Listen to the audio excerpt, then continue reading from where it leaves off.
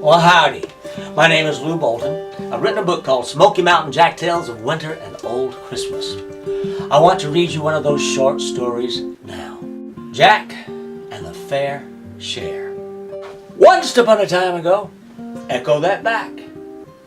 In the Smoky Mountains, echo, there lived a feller named Jack. Now this was back in the olden golden days of kings and royal things.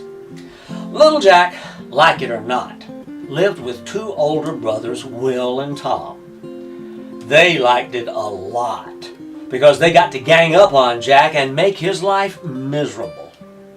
You know how some big ones treat the little ones. Jack liked it not, because they made him do their fair share of the hard chores, the ones they did not like to do. Like this one time, Will and Tom forced little Jack to take his pole axe and go clear some new ground, while they lazied around doing nothing.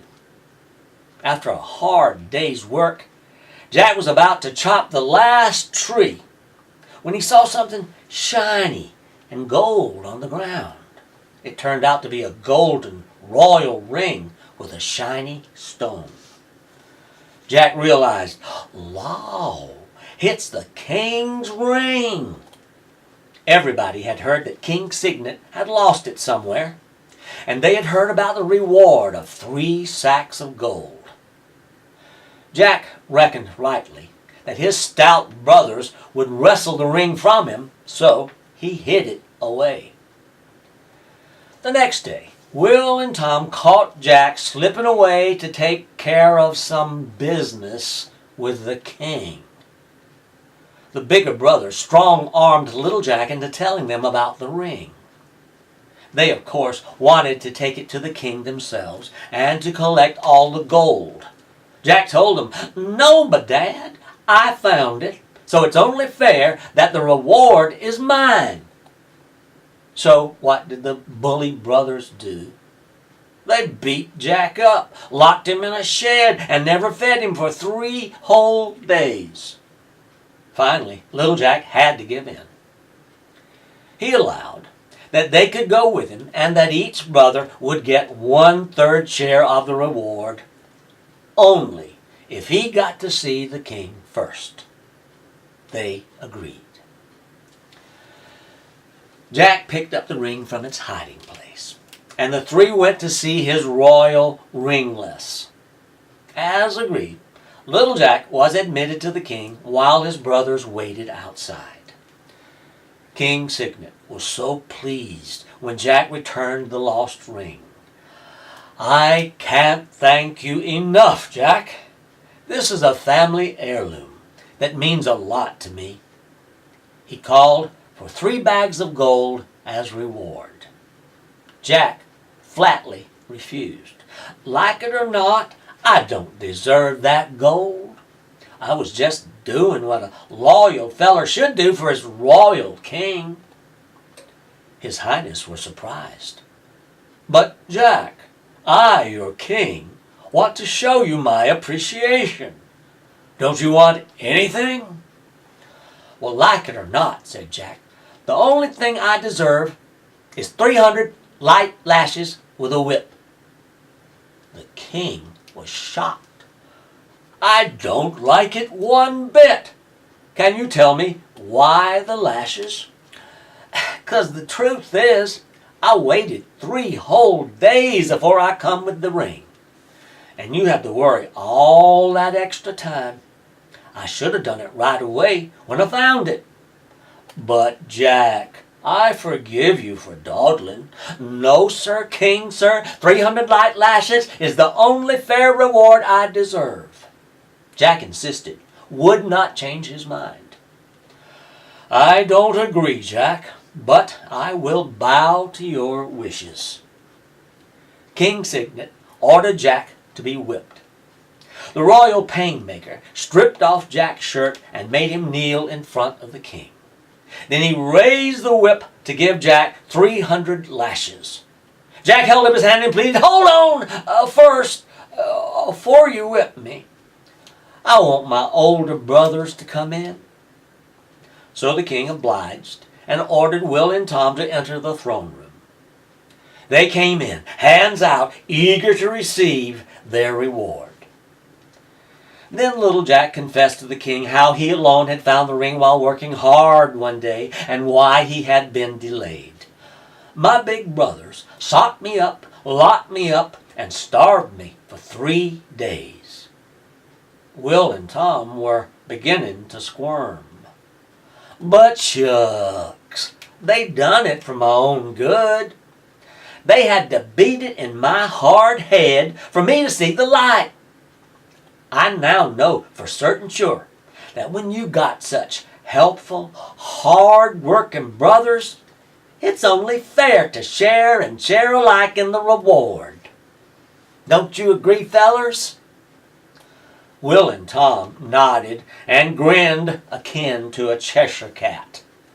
The king, beginning to see the whole picture now, had a thin grin. Little Jack kept his grin within. "So, to show my brothers how I appreciate what they done for me, each one will get 1/3 fair share of the reward. And I want them to be the first to get their cut." Will and Tom greedily agreed.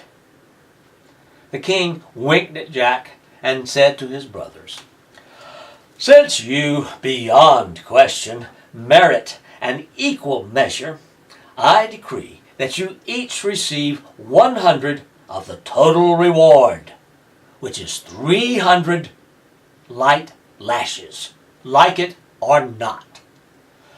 The brothers did not like it, not in the least.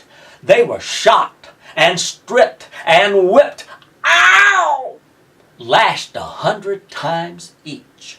Ow! Ow! Ow! When the whipping was over, they were dripping of sweat and more. King Signet clapped his hands. "Jack, I applaud your generosity." Then Jack slumped.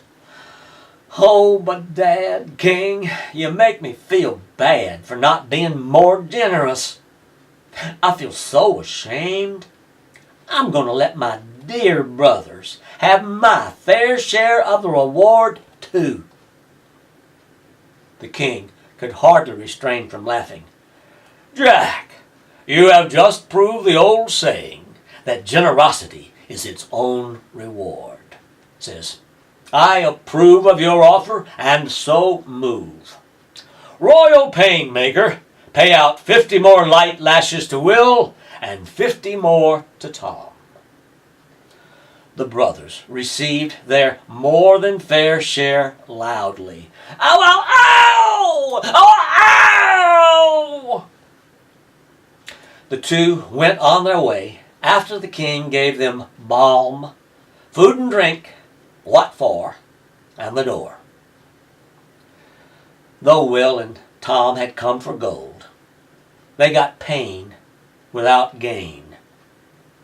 In a nutshell, the brothers' effort was ne'er-do-well. Hopefully, they grow to know, if you want to fare well, you have to do your fair share. After the brothers had gone, the king said, "Jack, I want to hire a fellow with your knack for words.